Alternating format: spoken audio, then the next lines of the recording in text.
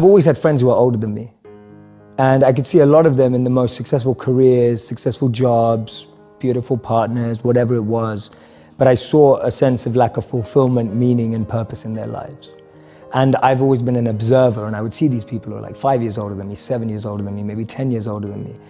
And I'd be watching them and go, is that the life I want? And often the advice I give to people today is fast forward where you are, look at yourself in 10, 15, 20 years time, and ask yourself the question, is that where I want to be? If you're in a company, look at the person who's 20 years ahead of you and ask yourself, is that where I want to be? If you're in a startup, look at where other startups have got to in similar roles and go, is that where I want to be? And if the answer is no, then you need to find a new path. And for me, the answer at that time from observing was no. The path that my parents or society or the university I went to or the community I had that was carving out for me, it didn't feel like the path for me. So I was almost seeking an alternative or a new path. I was just so fortunate that it happened to be an uplifting, powerful path as opposed to something that could have actually taken me down the wrong road, because that could have been possible too.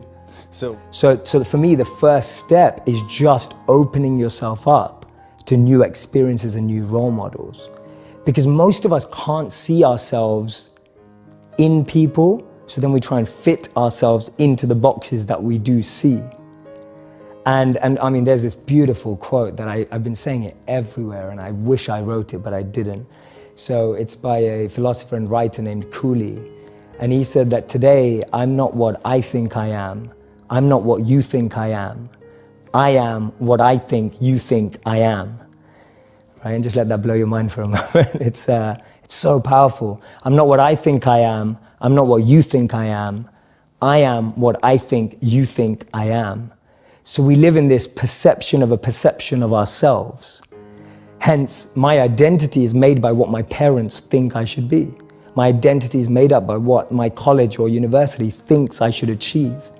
While you're living in that bubble and that echo chamber, getting to what you really want to do is impossible, because maybe that just doesn't fit. And I think so many people feel that way today, that they don't fit into the current education system. They don't fit with the 3 or 4 or 5 careers that you're taught exist.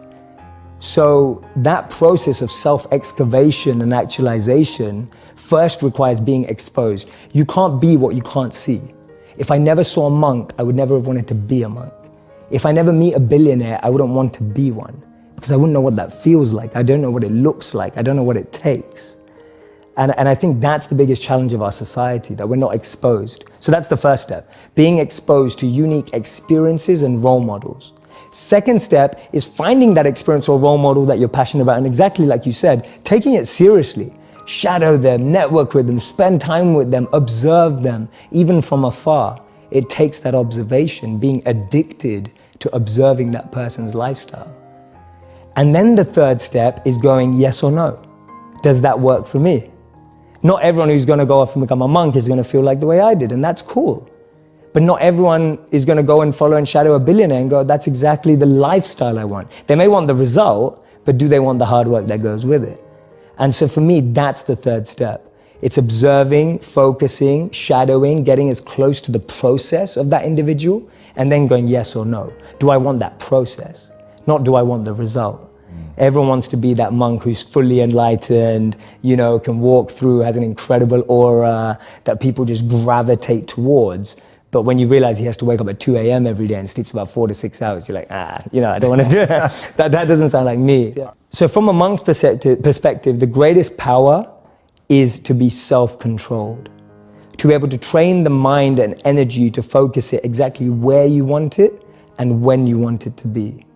You are completely detached and undeterred from external ups and downs. You're able to navigate anything that seems tough, challenging, fun, excitement, with the same amount of being equipoised and balanced and equanimity, without being too excited in pleasure or being too depressed in pain.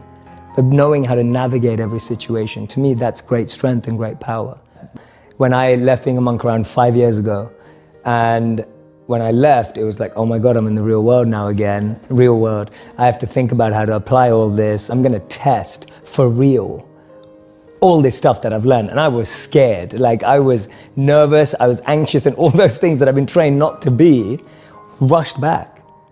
Because for the first time in my life, I had to really put it into practice. And I love that feeling. I'm so glad that I had to do that. So for me, actually, the mindset is completely trainable to bring into the real world. That's what I'm trying to do. And what it allows you to do is, it allows you to gain clarity and perspective when you need it. Because you know when you can just take a bird's eye view from something. You know when you need to get close into something. You know when you need to pull back from something. There's a beautiful verse in the Bhagavad Gita that says that detachment is not that you own nothing. Detachment is that nothing owns you. And I love it, because to me that summarizes detachment in a way that it's not usually explained. Usually people see detachment as being away from everything. Actually, the greatest detachment is being close to everything and not letting it consume and own you. And that's real power, that's real strength. How many people do we know that have had fame and then that fame has ruined them? So for me, that definition of detachment is possible to practice even in the real world, rather than saying, oh, I'm just gonna have a really simple life, I'm just gonna have nothing in life. The best part about being a monk is that your morning routine and practices are so powerful that you can actually aspire for more incredible values in life, because your mind is clear and you have that ability to have more clarity so you can seek that which is highest. Being able to overcome ego, being able to overcome envy, being able to overcome jealousy, being able to overcome the negative of competitive state. There's a positive competitive state and there's a negative competitive state. Today, when people are looking on Instagram or Facebook or YouTube, all you're looking at is, oh, she got that many likes, or he got that many likes, she got engaged, or he got married, or, oh my God, look at her body, or look at that. And it's like, that stuff's destroying us inside. Envy, jealousy, ego, greed. To be able to have enough clarity to purify yourself of those things is gonna alleviate the biggest anxieties and depressions of our time and mental health problems. And we know that. We know that because all the mental health research today suggests that things like isolation, overexposure, we now can have more pain consumption in one day because of what we're exposed to than the pain we would have had in a lifetime. That's huge. Like that's ridiculous to think that in one day, because of the media, news and social media, we consume more negative than we did in a lifetime. For me, being able to have time, energy and clarity to focus on self-purification, that is the best thing about being a monk, because you have that time, reflection and a process and an environment that only allows you to become more purified of those things. An ideal life is when we all have a head, a heart and a hand, all three elements together, working in alignment. Without one or the other, we start to lose something.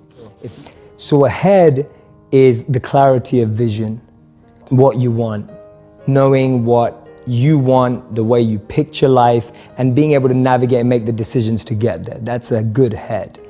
A good heart is being able to understand what your intuition and heart wants, being able to connect and tap into that understanding deeper and beyond the vision you may have painted for yourself. So I often say to people that you'll get to where you want in life, just not in the way you imagined. And that's because the path that's paved up and down is far different to the path we pave.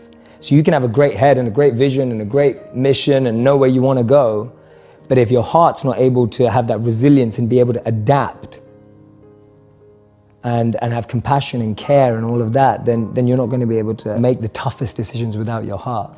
But to be able to realize that we need to care and be sustainable and long-lasting requires a heart. And a hand is that service, wanting to pass that on, that which you have, wanting to give it forward, pay it forward. The idea of serving with what you have. I often say to people, your passion is for you, your purpose is for others. Your passion makes you happy, but when you use your passion to make a difference in someone else's life, that's a service, that's a purpose, and that's the hand. So those are my three